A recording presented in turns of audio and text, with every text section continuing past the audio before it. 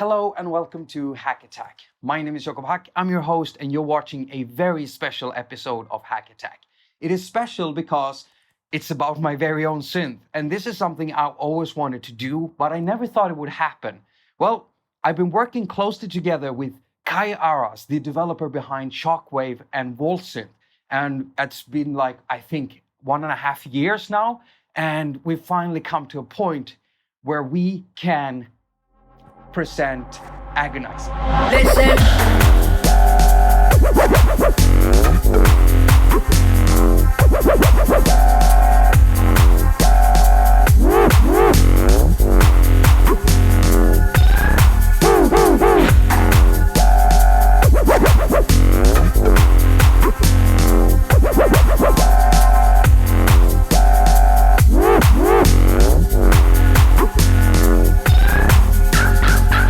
Now I want to be really clear about this. Agonizer has been completely designed after my wishes. The type of oscillators, the filter, the awesome Wobulator section, the graphical user interface, I asked for all of it. And Kai used his level 137 coding overlord wizardry to make it happen. This is quite frankly my dream bass synthesizer, and it's also the reason to why I could never ever review it. So when you buy a copy of Agonizer from the App Store, both Kai and I earn money from that. So what is Agonizer? Well, Agonizer is a monophonic bass synthesizer with a dark, gritty and aggressive sound to it. The signal flows from left to right in Agonizer.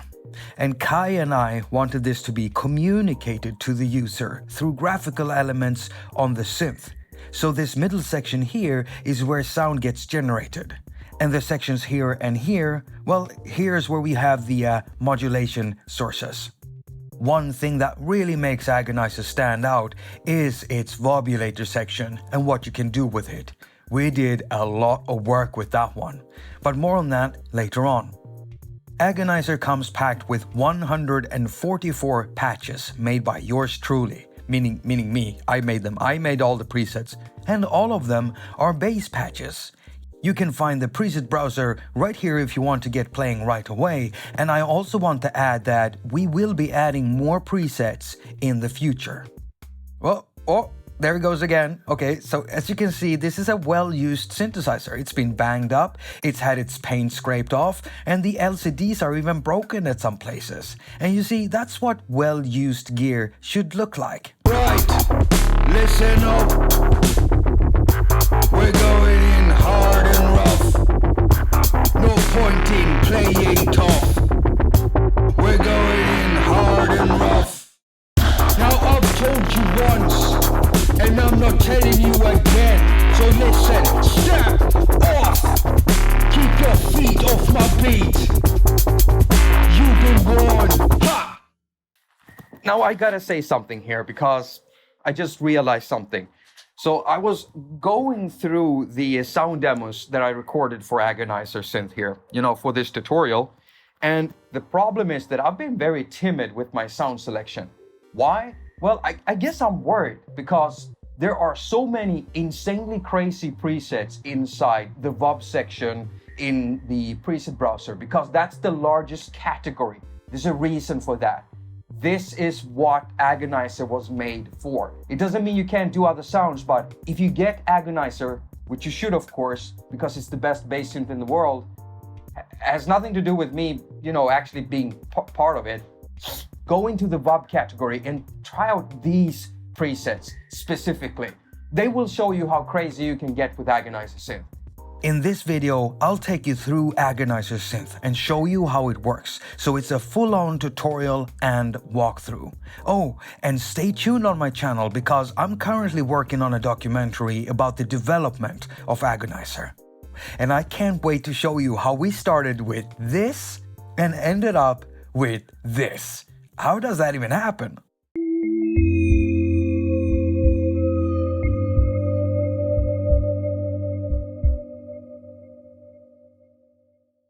Okay, so let's start like I usually do with new apps and let you know that when it comes to connectivity, Agonizer has support for standalone mode, inter-app audio, AUV3, it also supports Ableton Link Sync, and MIDI I/O over both USB and Bluetooth. And yes, Agonizer also supports MIDI Learn, so it's very easy to map out your controllers.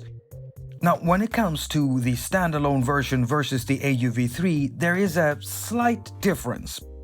You see, in the standalone mode, this section right here is placed above the core elements of the synth, where you can see it right now. However, when you run it as an audio unit extension, well, it is placed down here above the Wobulator. And that's really the biggest difference.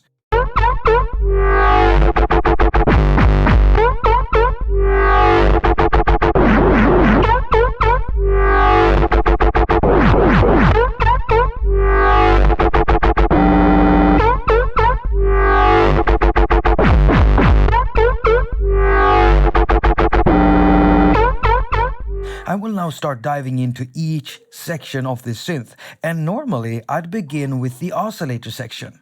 However, I kind of want to start in reverse with the Wobulator section and modulation, because it's such a huge part of Agonizer's structure and character, and it is also very unique in how it works.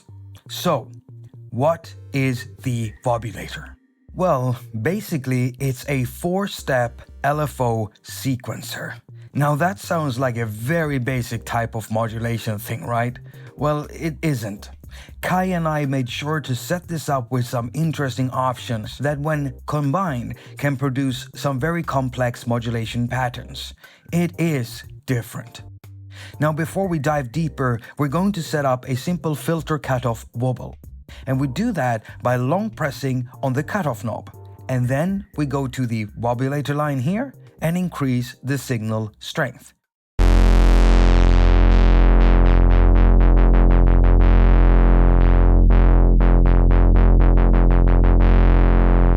I also want to add that if you ever want to look at all the modulation routings you've made in a patch and or fine-tune their settings, then just press the Mod button here and the modulation overview opens up.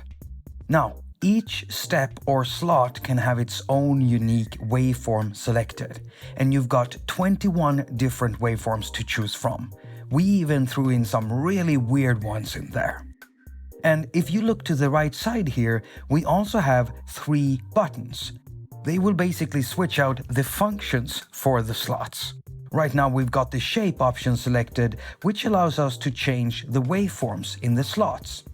Under that we've got a rate option, and when you select that, you can change the rate for each slot. Lastly, we have the repeats option, and here it gets really interesting. Right now you can see that each slot has an infinity symbol selected. However, this can be changed, and by changing this, we can tell the slots how many times we want them to loop before stopping.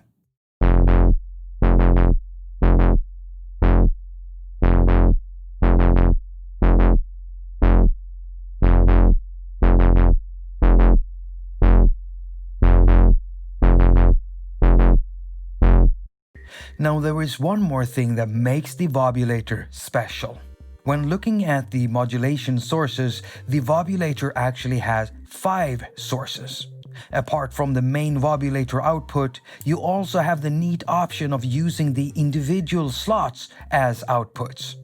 So we're going to make it interesting by using the output of the 3rd slot to modulate the wavetable blend knob on oscillator B.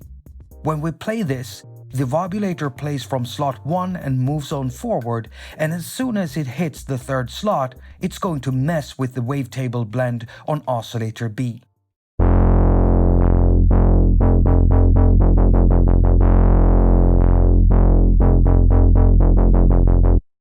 Okay, so to make it even more interesting, we are going to modulate the oscillator cross modulation with the 4th slot.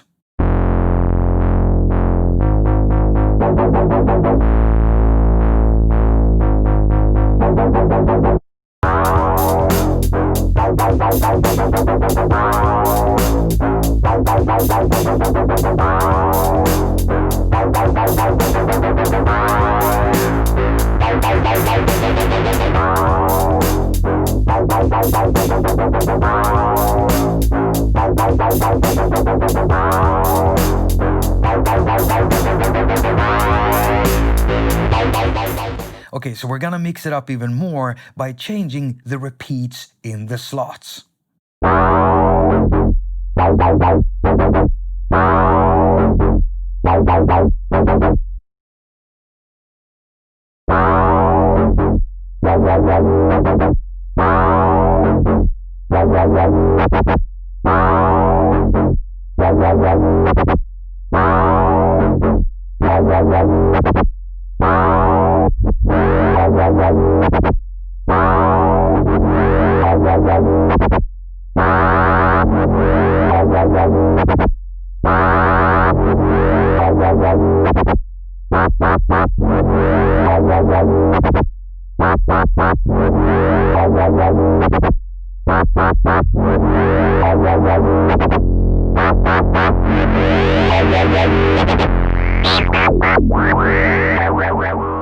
You know, this is what I always dreamed of having in a bass synthesizer. And all of these tweaks can be done quite quickly. And that is something that was, well, very important to me when developing this synth with Kai.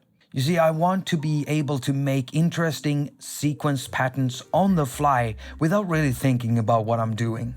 But I'm getting kind of sidetracked here, sorry. We're gonna go back to the Wobulator and the tutorial. So, when it comes to the sequencer playback, there are several ways of changing its behavior. You can change the main rate over here, and do note that this will not change the individual slot rates. It will just change the playback rate for the sequencer. You can also select how many steps you want to be active with this knob here, and you can also change the playback direction with this knob. And you got 5 modes to choose from. So forwards, backwards, 2 different back and forth modes called pending 1 and 2, and there's even a random mode.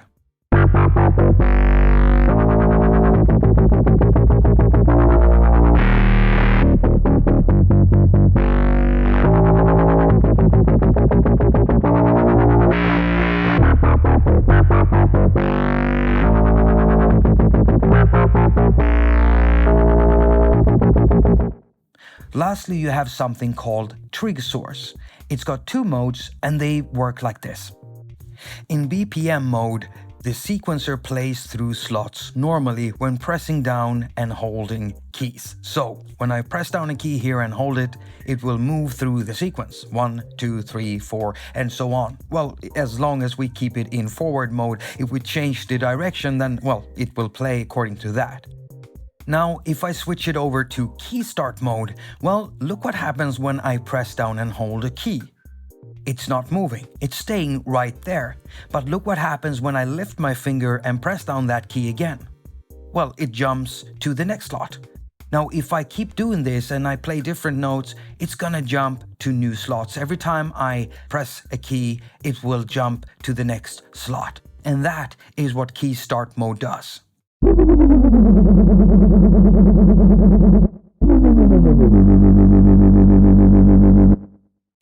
Well, as you can see, we've done a lot of work with the Wobulator, and we really wanted it to be special. We wanted this to be able to do loads of things, and considering where you can actually use this, well, the 5 Wobulator outputs can be sent to 20 destinations in Agonizer, along with the AD envelope, ADSR envelope, and the LFO.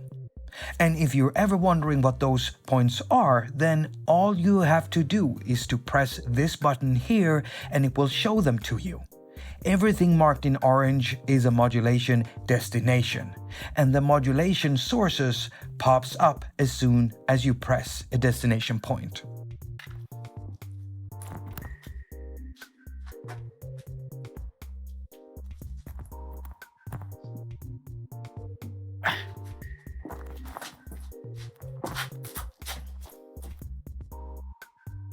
That's a good one, right? And that rounds up the section about the Wobulator. And now we're gonna get into what actually is generating sound in here. So we're gonna start out with the oscillator section.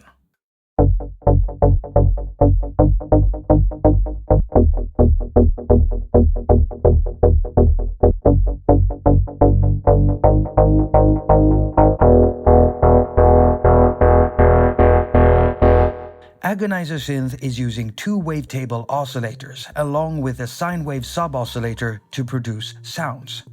Now the sub-oscillator is only there to provide just that, sub and nothing else. It has an octave switch and that's about it. The wavetable oscillators, on the other hand, well, they have more complexity to them. Both oscillators come loaded with 40 different waveforms, enough to create a variety of bass timbres well suited for electronic music styles. On top of that, each oscillator has a blend mode that allows you to mix waveforms, in essence creating new waveforms. And this is also done in a very specific way.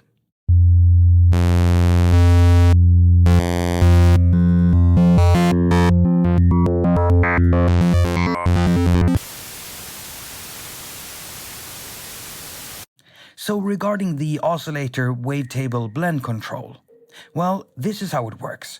When the knob is set to the middle like this, there is no blending going on. The oscillator is simply just playing the waveform that you've got selected. When tweaking the blend knob clockwise, you're blending the selected waveform with the next waveform in the list. And when tweaking the blend knob counterclockwise, you're blending the selected waveform with the previous waveform in the list. And it gets really interesting when you start modulating these.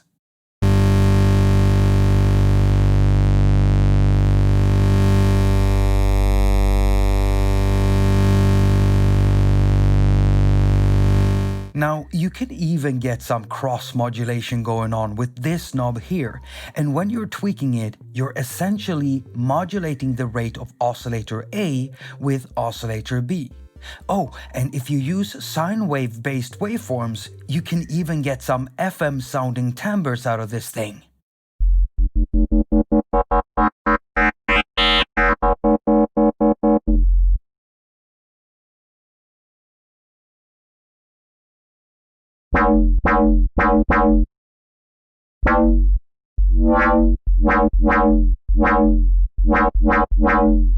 Both oscillators have octave switches and fine-tuning knobs.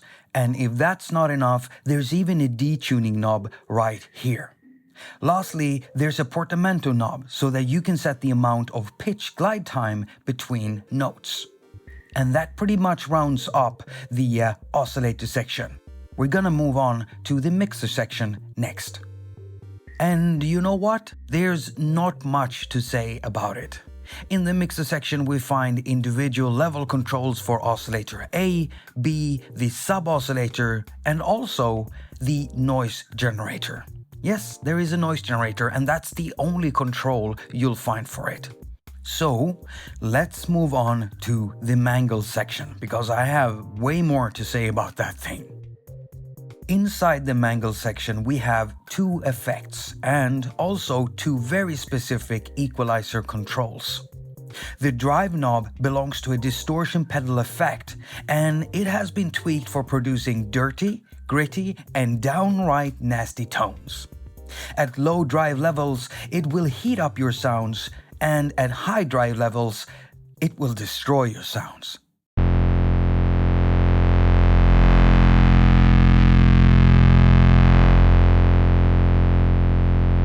The next knob belongs to a bit crusher effect.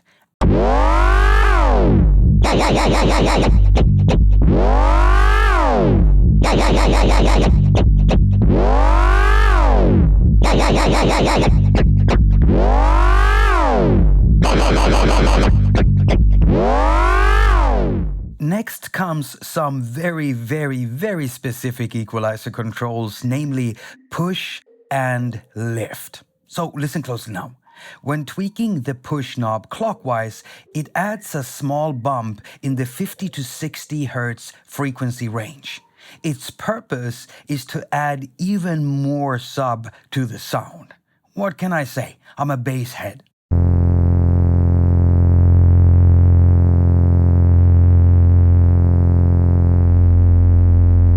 So that's the push knob. What does the lift knob do? Well, when you start turning it clockwise, it adds a dip around the 120 Hz range, effectively removing bass frequencies from that range.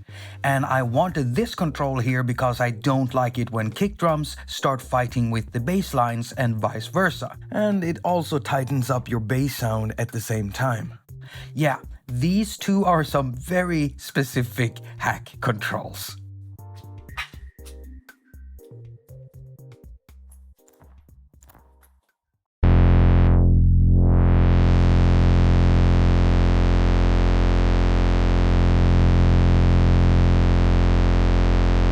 Okay, so to round up the Mangle section, let me just add that you can, of course, modulate all of the controls in here, just as you can with the mixer section and most of the controls inside the oscillator section. Next up, the filter. So Agonizer Synth has a 4-pole Moog style ladder filter. It is as straightforward as it can get with its modulatable cutoff and resonance controls.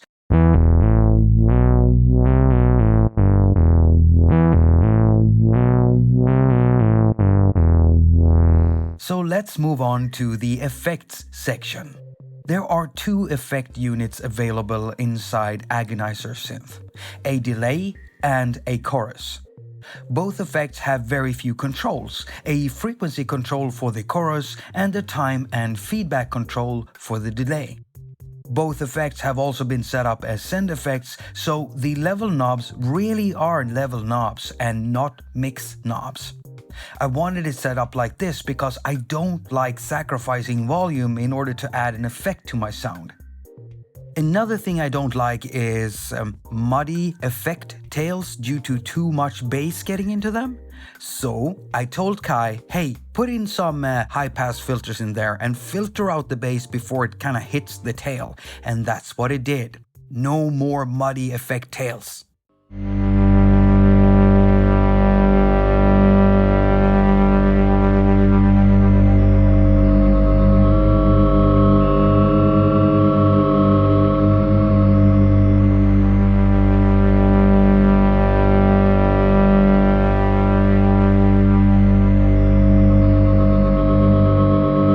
I think that rounds up the effect section, and now we're gonna move on to the master output. Here we can find a control for setting up how the amp should work. It has a gate mode, and then it can be controlled with either the AD envelope or the ADSR envelope. We can also find another distortion effect in here. However, this one is way more intense than the previous distortion effect located in the Mangle section. It is named Scream for a reason, and we made it so powerful that we had to implement a volume decrease that sets in as soon as you start tweaking this knob, because it can go into the reds real quickly, so be careful.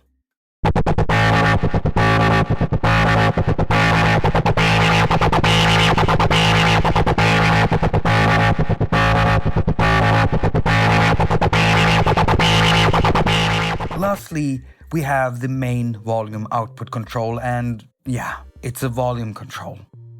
And that rounds up the core elements of Agonizer and what produces the sound in here. So next we'll be having a look at the modulation options we haven't gone through yet.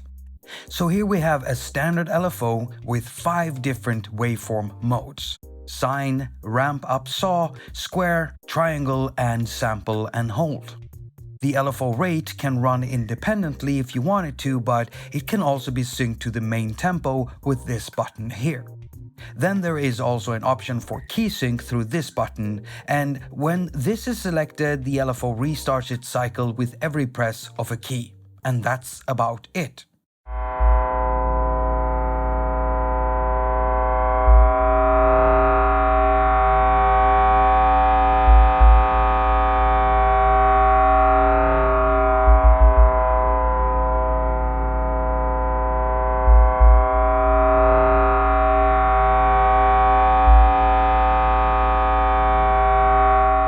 Next up, the envelopes. Now the one to the right is a full ADSR envelope. So you have controls for attack, decay, sustain, and release. It's just a simple envelope. And the one to the left, well, that one is different. It's an AD envelope, meaning only attack and decay. However, this one gives you adjustable curves/slopes for both the attack and the decay. And you can choose between linear, exponential, and logarithmic modes.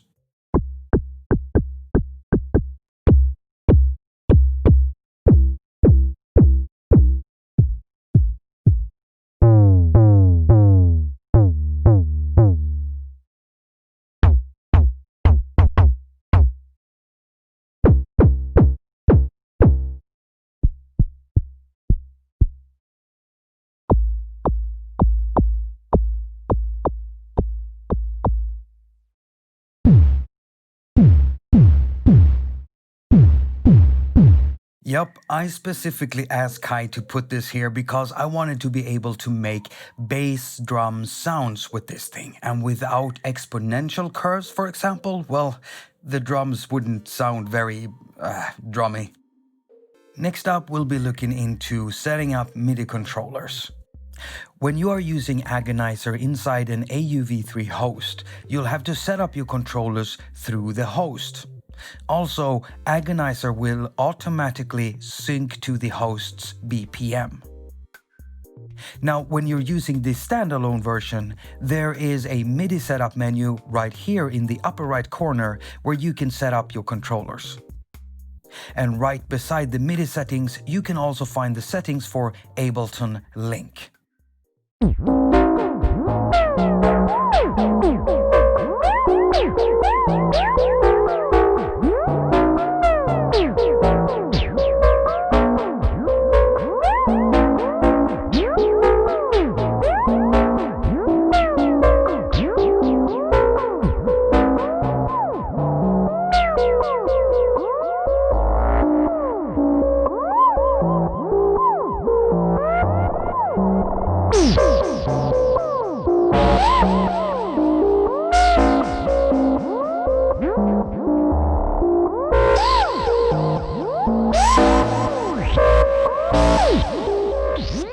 Now, Agonizer is a monophonic synth, so it has one voice, but it does actually support expression modes for MPE, and you can set up expression controls like slide and pressure through the modulation routing. By the way, I never set up any MPE controls for any of the patches. However, I did set up the modulation wheel to do something nice with almost every patch.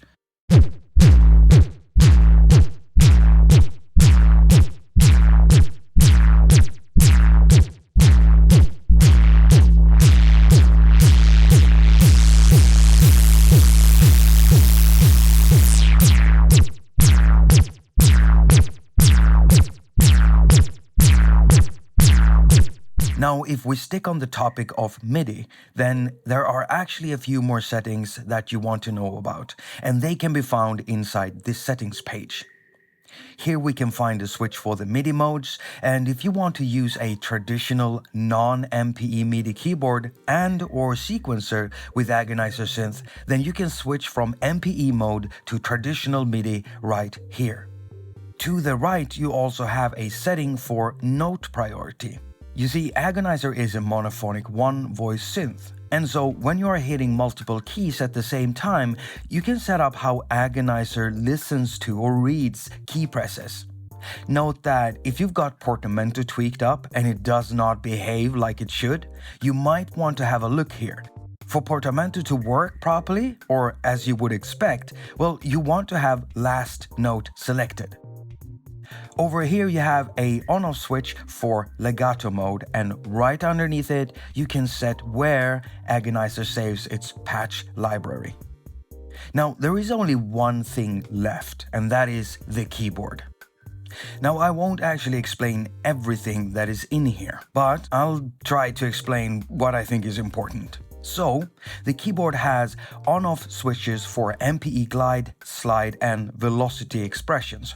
If you open up the settings menu for the keyboard, you can also select between different types of keyboards, and you also get to set up the sensitivity for glide, slide, and velocity. You can set up the keyboard to display 1 or 2 octaves, and you have a key latch mode right here. It's basically a hold mode. You know, the keyboard is really tiny, and so what if you want to perform with it? Well, it does have a performance mode, and when you press that, the keyboard scales up to fit the window.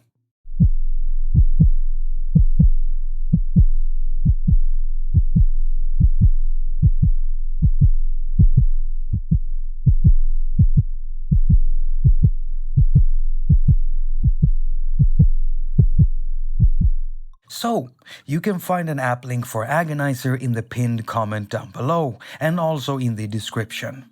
And here's something I never thought I'd have to say, but if you buy Agonizer, then leave us a rating at the App Store. That felt really weird, but kinda cool too.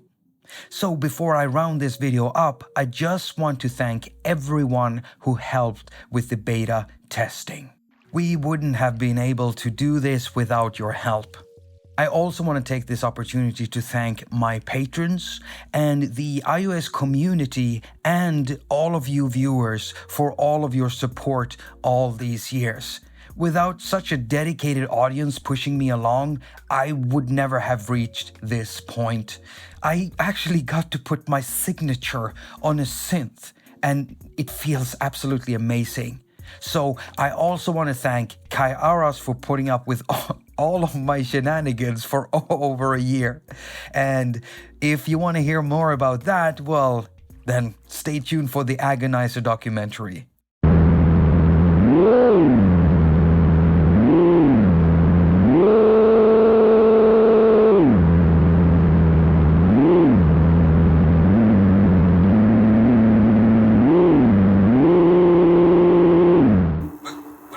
What? I mean, like, what are you doing? I'm breathing. With the camera. You wanna go home? Thank you so much for watching. If you want to support the channel, leave a like and a comment, share this video, and go buy Agonizer Synth. My name is Jakob haQ. You've been watching haQ attaQ, and as usual, I wish you a very productive week. Now go finger all of your stuff and have a lot of fun doing it.